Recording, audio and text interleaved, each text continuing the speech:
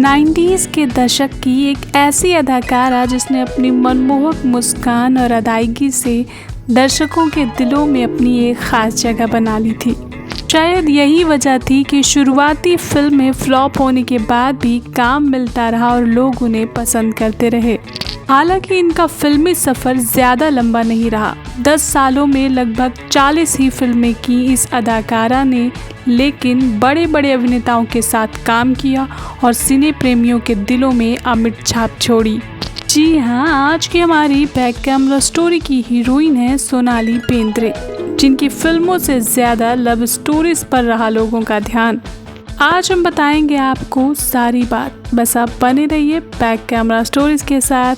सोनाली का जन्म 1 जनवरी 1975 को मुंबई महाराष्ट्र में एक मराठी परिवार में हुआ था। इनके पिता एक गवर्नमेंट ऑफिसर थे, जिसकी वजह से उनका ट्रांसफ़र इस शहर से उस शहर होता रहता था।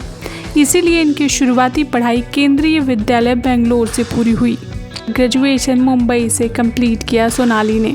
कॉलेज टाइम से ही सोनाली मॉडलिंग करने लगी थी और इसी दौरान फिल्म डायरेक्टर महेश मांजरेकर की नज़र इन पर पड़ी। वो समझ गए थे कि इस चेहरे को पसंद किया जाएगा और उन्होंने अपनी आगामी फिल्म नाराज़ के लिए सोनाली को ऑफर दिया और सहमति मिलते ही उन्हें कास्ट भी कर लिया। ये एक मल्टी स्टारर फिल्म थी और इसमें सोनाली के अलावा पूजा भट्ट, सुनील शेट्टी और अतुल अग्निहोत्री मुख्य किरदार में थे। फिल्म में देरी हो रही थी, इसी बीच सोनाली ने नई फिल्म आग साइन कर ली, जो कि नाराज़ से पहले बनकर तैयार हो गई। इसीलिए इसे ही इनकी पहली फिल्म मानते हैं लोग। आग फिल्म में इनके अपोजिट हीरो गोविंदा थे, जो कि उस वक्त के स्टार थे, लेकिन फिर भी ये फिल्म बॉक्स ऑफिस पर कोई कमाल नहीं कर सकी। हालांकि इससे सोनाली को पहचान ज़रूर मिल गई। इसी फिल्म के दौरान सोनाली और गोविंदा के बीच प्रेम संबंध होने की खबरें भी जोर पकड़ने लगी थीं, जबकि गोविंदा पहले से शादीशुदा थे। शायद इसी वजह से ये रिश्ता आगे नहीं बढ़ सका। आग से सोनाली को काफ़ी पहचान मिल चुकी थी और उन्हें कई ऑफर्स मिलने लगे थे।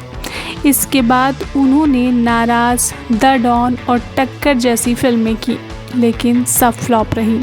और फिर इनके करियर का टर्निंग पॉइंट बनी 1995 में आई फिल्म बॉम्बे, जिसके सॉन्ग हम्मा हम्मा ने बवाल मचा दिया और हर तरफ सोनाली की चर्चा होने लगी। इसके बाद इन्होंने बैक टू बैक 3 फिल्में रक्षक, अपने दम पर और सपूत में सुनील शेट्टी के साथ काम किया और कई फिल्मों में साथ काम करते करते दोनों में नज़दीकियां भी बढ़ गईं। लेकिन गोविंदा की तरह ही सुनील शेट्टी भी शादीशुदा थे और वो अपनी पत्नी को तलाक नहीं देना चाहते थे, जबकि सोनाली उनसे शादी करना चाहती थी। बदकिस्मती से इस बार भी सोनाली को बिछड़न ही नसीब हुई।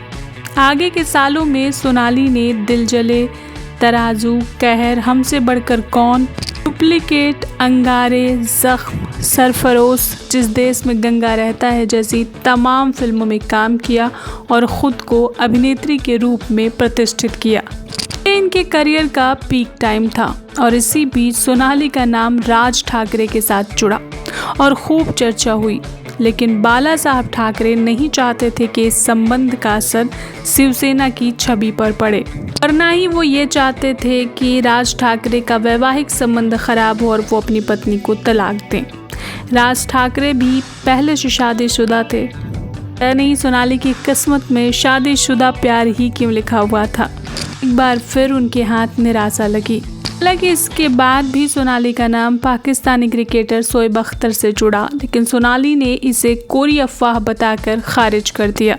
लेकिन इनकी मुसीबतें यहीं नहीं थमी, अभी और भी बाधाएं बाकी थीं।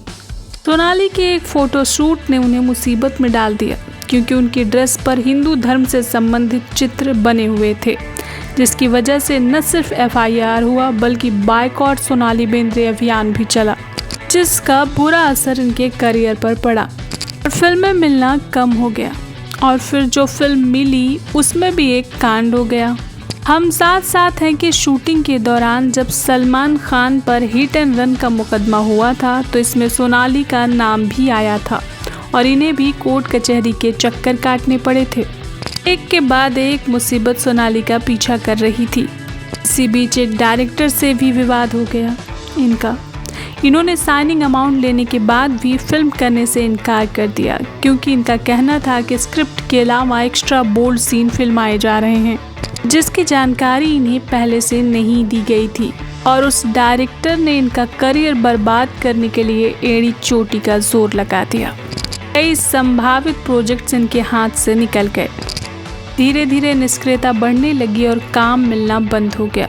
जो काम मिलता भी था वो मन का नहीं होता था। लिहाजा सोनाली ने साउथ का रुख किया और कई हिट फिल्में दी, लेकिन बॉलीवुड में वैसी वापसी करना मुश्किल लग रहा था। लिहाजा सोनाली ने शादी करने का फैसला लिया और 2002 में फिल्म मेकर गोल्डी बहल से शादी रचा ली और फिल्मों से किनारा कर लिया। 2005 में इन्होंने एक बेटे को जन्म दिया और उसकी देखभाल में लग गईं। लेकिन फिर 2008 से 2016 तक टीवी पर सक्रिय रही सोनाली। 2015 में इन्होंने अपनी एक बुक भी पब्लिश की थी, लेकिन 2018 में एक बार फिर सोनाली चर्चा का विषय बनी, जब उन्होंने ट्वीट करके ये जानकारी दी कि वो मेटास्टेटिक कैंसर से जूझ रही हैं। लोगों ने अपनी अपनी तरह से उनको ढांढस बंधाया।